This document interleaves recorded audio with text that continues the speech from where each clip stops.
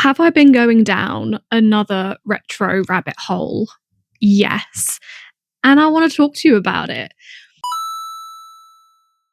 A kind of trend that popped up over on the bookish community is books that raised us. So books that we read and consumed when we were kids, children, and teens, and the books that really had an impact on us and influenced us. And naturally, that then got me thinking about the games that I played when I was younger and that have really stuck with me to this day. And I wanted to share them with you, especially with the fact that, I don't even want to say it, but I have to, retro gaming is having a resurgence, and retro games are the games that I grew up. Can you see that I'm still in denial about this? I'm still in denial about the fact that the games that I grew up with and that I played are considered retro. Anyway, where are our besties? There they are. I was listening to the newest episode of The Pause Menu, which is a podcast that I listen to by these wonderful gentlemen. I'll link it down below. It's a monthly podcast. They've only released 2 episodes. Highly recommend you go listen to it. And usually when I listen to it, I'm doing something alongside it. Usually it's colouring. But this morning I was listening to it and I was journaling. My gaming journal, she pretty much makes an appearance in every video so far at this point. So I was basically writing down a list of games that I would say have seriously impacted me and my life, and they hold a very, very, very special place. And I thought I would share them with you. And the best way I've done it is categorize them in like childhood and teenhood. And then within those, I have the specific like consoles that I played, because as I grew up, new consoles were released with new games. So obviously that kind of evolved with my age. Childhood is, as you could imagine, it would be from the ages of like 4 up until 11, 12. And then teenhood, I would say, even though I see teenhood, it would be from 13 to 19. But a big chunk of my teen years, I kind of stepped away from gaming and really delved into reading. I'm not going to talk about it too much in this video because there is a video I want to make, but I watched a video recently by Gummy, and he like, I had a real realization watching that video about like using games for escape. Anyway, I'm so going off tangent. Basically, in my teen years, even though that's quite a big amount of time, like 13 to 19, I really mostly gamed early teen years. When I hit about 16, 17, typical, you know, I thought like that's when I got, you know, girly, and that's when I started going into more like makeup and fashion and stuff like that, and I didn't really game like at all. So when I say teenhood, this is more from like 13 to 15, 16. And then at the end, I'm going to talk about some, I want to say honorable mentions. They're the games that I played specifically like in my childhood, but on the family computer. They were the online games. And those are the games that really kind of hit me in my core when I think of like nostalgia gaming. But those I'm going to save till the end. But first, let's go into my childhood games. And these are the games that I would play on the Game Boy, on the DS, and on the Wii. I've literally just written a list and I'm going to read them to you. So we've got Mario Kart Circuit. I've mentioned this game before. I have very fond memories of this game. I didn't have my own Game Boy. I played on my brother's, and this is one of the games that really stands out for me. And I just remember it being extremely difficult and very frustrating, but I loved the fact that I could be Princess Peach because she was a girl and I was a girl. Of course, we've got the Pokemon games. If I'm remembering, I have a vivid memory of Pokemon Blue and Pokemon Fire Red. I have vivid memories of playing those games, but also watching my brother play those games. A lot of my early childhood gaming memories was also vicariously gaming through my brother as well. But those are still some really lovely memories, even though I wasn't the one actually playing the game. Watching him play the game, I still got that immersiveness and that fun satisfaction as well. Okay, Nintendogs. Nintendogs was my first ever game that was purely mine. My dad and stepmom got it for me for Christmas alongside the pink DS Lite. I've spoken about this in a previous video. That game holds incredible memories for me. And I think that game was like a shift. It was like a movement. Everybody loved that game. Like, even down to the fact where you get your dog for a walk and you'd have to clean up its crap. Like, it was like, if you didn't have a dog, this was the game that gave you the closest experience to what it would be like to have a dog. Yeah, Nintendogs, there's just something sprinkled in Nintendogs that just pleased everybody. Of course, we've got Animal Crossing Wild World, another game that holds an extremely sentimental piece of my heart. I put so many hours into that game, not really actually understanding it. And I think that's part of the beauty of playing it if you were younger. You didn't, or like I didn't really understand the concept of mortgages and having a job and like the turnip prices and things. I was just playing in a world with really cute animals, stunning music, and I was just collecting my shells so I could earn money to make my house look pretty. That's all I really wanted to do. And it just, when I then found out that other people played the game and then I could play with them, that was a game changer as well, going to other people's towns and seeing how far they've expanded or upgraded their shops and things. That was really fun as well. I mean, as you... I am an Animal Crossing girly through and through. Okay. Littlest Pet Shop. I can't remember exactly the name of the one that I had. I can see like the game art and cover like in my head, but I can't remember like the actual title. But Littlest Pet Shop, I was a avid collector. Maybe something I'm starting to get back into, possibly, who knows. I was obsessed. I loved, and I still love, Littlest Pet Shop. And due to this, when my mum, I think she was just out shopping and just saw the DS game and knew that I had a DS. And so she bought it for me. It might have even been a birthday present or a Christmas present. I don't know, but I loved it. I loved the game. I remember the cover was like the winter one. And I just the fact that I could explore more of Littlest Pet Shops in another type of media just shook me. It just shook me. Okay, Animal Crossing, Let's Go to the City, or City Folk if you are anywhere else in the world. I don't know why it has two different names, but alas, here in the UK it was Let's Go to the City. Just like Wild World, delved many hours into that game, loved it. When I discovered that I could go to the city, don't come at me, I know. It took me a very long time to realise I could go on a bus and go to the city. But when I discovered that, it was a game changer. The music, the visuals, it was just the ultimate comfort for me.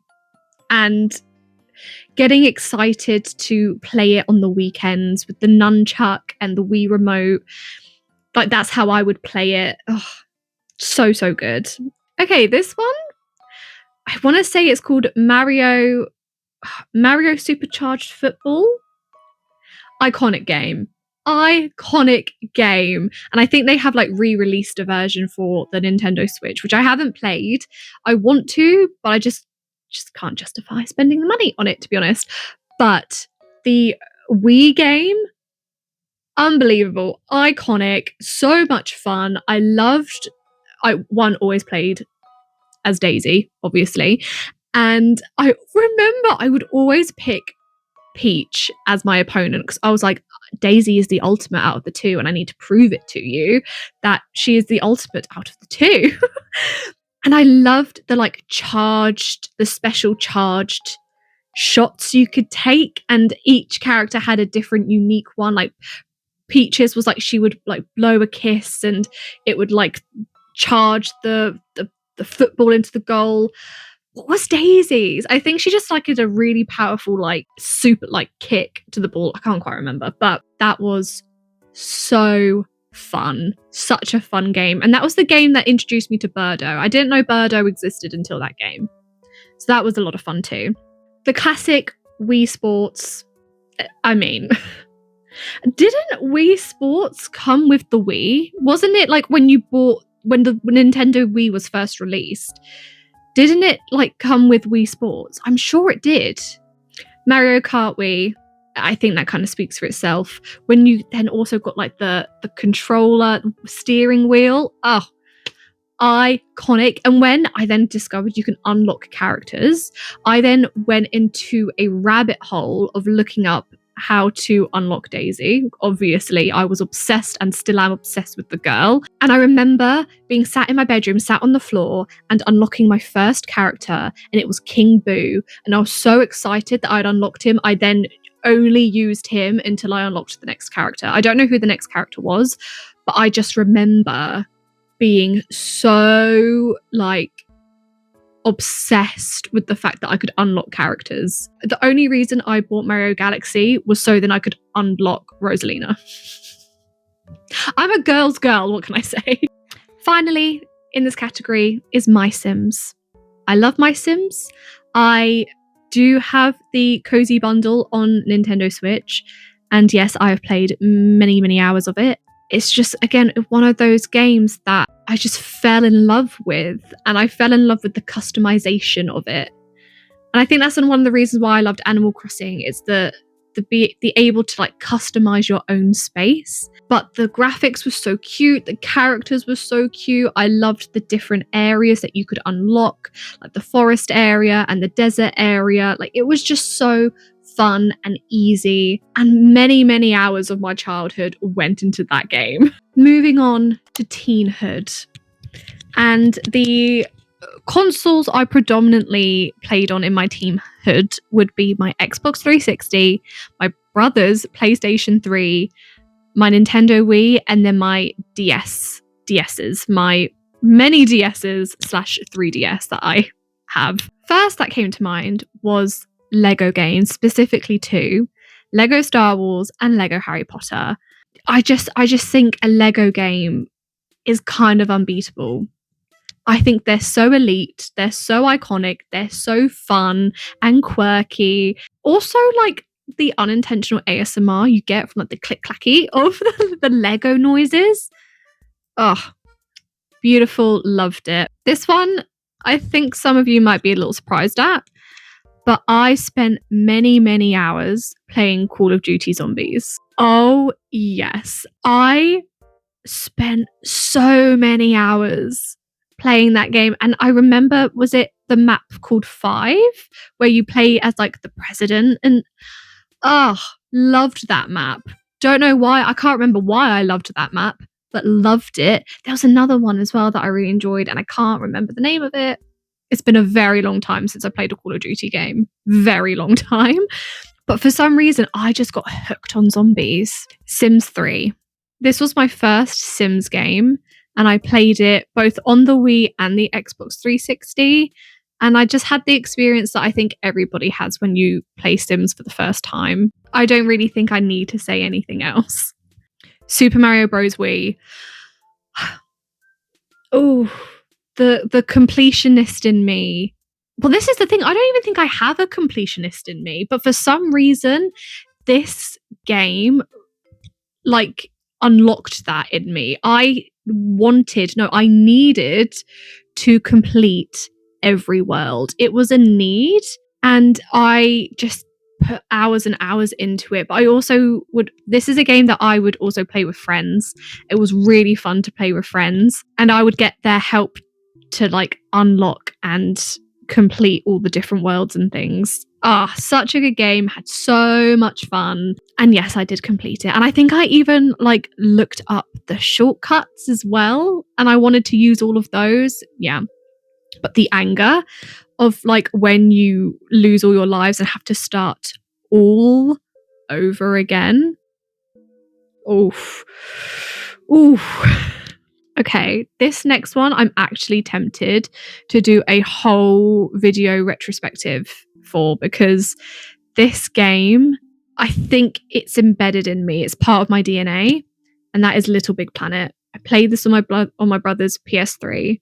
Again, I'm like, there's the theme of like, you know, creating your own space. There was something so special about Little Big Planet and Sackboy. Firstly, Stephen Fry as the game voiceover. No wonder why that game brought me so much peace. I had Stephen Fry talking in my ear, but like also like the visuals of it, they were fun, quirky, silly. The characters, each of them was so unique. I'm sure if I played it now, I probably might have some negatives to say, but when I reflect on it, I only had amazing times with that game, and creating your pod and then exploring other people's worlds that they created. Such fond memories with that game, and being able to unlock the different stickers and outfits and the collabs that they did. Little Big Planet had so many collaborations, so many, and the Pirates of the Caribbean collaboration. Oh, but yeah, Little Big Planet, I feel like it's a game, because there's three, technically 4 if you include like Sackboy Adventures, but the Little Big Planet games, I would, if they ever released a Little Big Planet 4 on like PS5 or any future PlayStation consoles, I'm breaking the bank. Pokemon Moon. Now, I know I've said a lot. Obviously, Pokemon is very near and dear to my heart. It means a lot to me. I grew up watching the anime with my brother. I grew up watching my brother play the games, and I dabbled a bit myself on the Game Boys. But Pokemon Moon specifically was the first Pokemon game that, 1, was mine, and 2, I completed. So there's a reason why Rowlet is my baby. Well, Rowlet was my first ever starter, ever. That was mine. That I wasn't playing on somebody else's save. Like, I got to choose my starter for myself, and I chose Rowlet, and Rowlet was my baby, and Rowlet is still my baby. I also remember really enjoying the storyline of Pokemon Moon. I know kind of Pokemon Moon was kind of the generation where the Pokemon fans were starting to feel a little bit conflicted with the direction the games were taking, more graphic wise.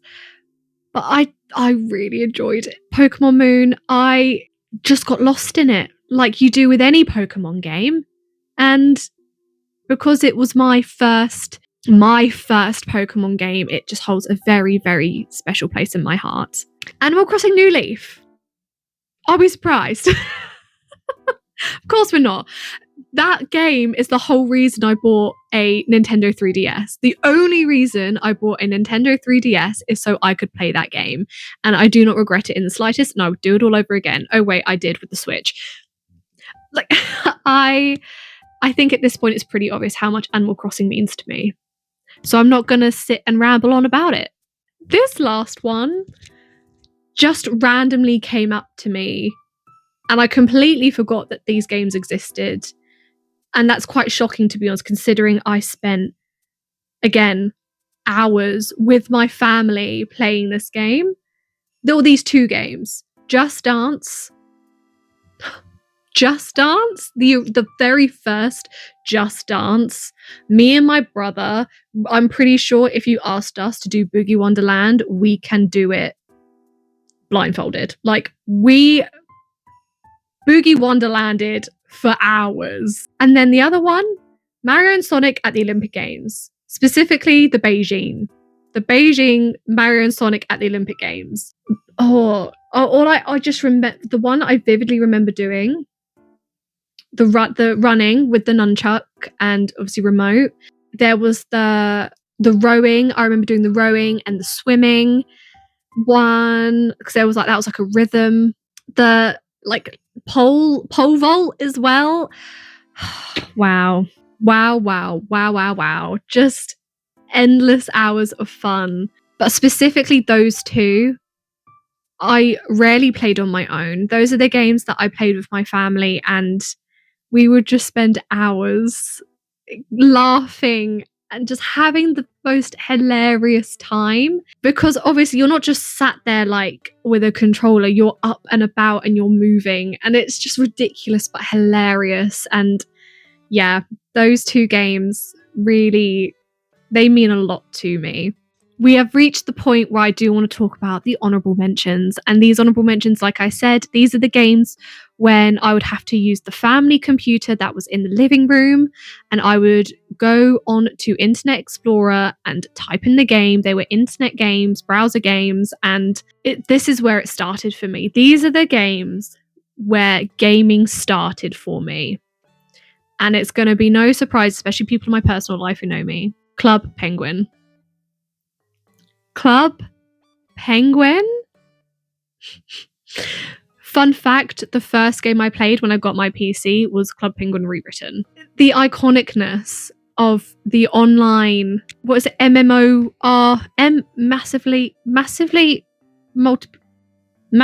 MMO RPG.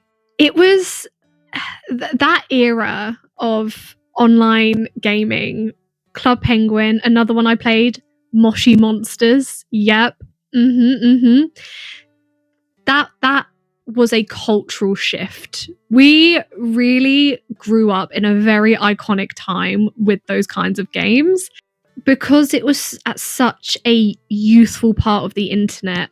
Stranger danger, it wasn't really a thing, but like it also wasn't like it wasn't bad. Like, I never felt unsafe. I never felt like, at the time, the internet wasn't, or at least my experience, thankfully, it wasn't curated for the bad, you know? Like, just talking to random people online was fun.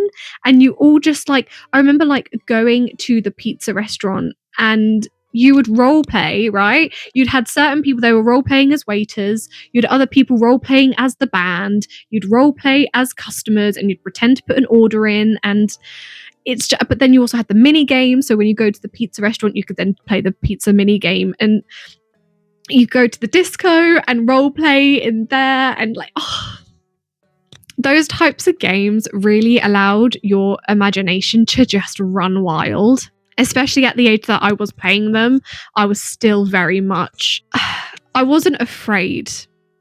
I wasn't afraid to role play. And again, this is probably another video that I really want to make about like role playing and role playing as an adult and stuff. But again, that's a video for another day. But these games allowed my younger self to just be whoever I wanted to be unapologetically. And penguins are my favorite animal. I adore penguins. If I ever get to work in like penguin conservation or just in a penguin job like that. Anyway, so Club Penguin, forever in love. My first puffle was the red one. No, blue. It was blue because I was playing for free. And then my mum, being the iconic queen, she bought me a membership, so I was able to then buy clothes, upgrade my igloo, buy any colour puffle that I wanted. I got pink and purple. Obviously, I'm a girl's girl. RuneScape. Now, this was, again, heavily influenced by my brother. I remember watching my brother play it, and he was playing with his friends from school, and I was like, I want to play too. I even remember he was like, why do you always want to play the games I play? Take it as a compliment, Charlie. But that was my introduction to RuneScape. It was my first fantasy game.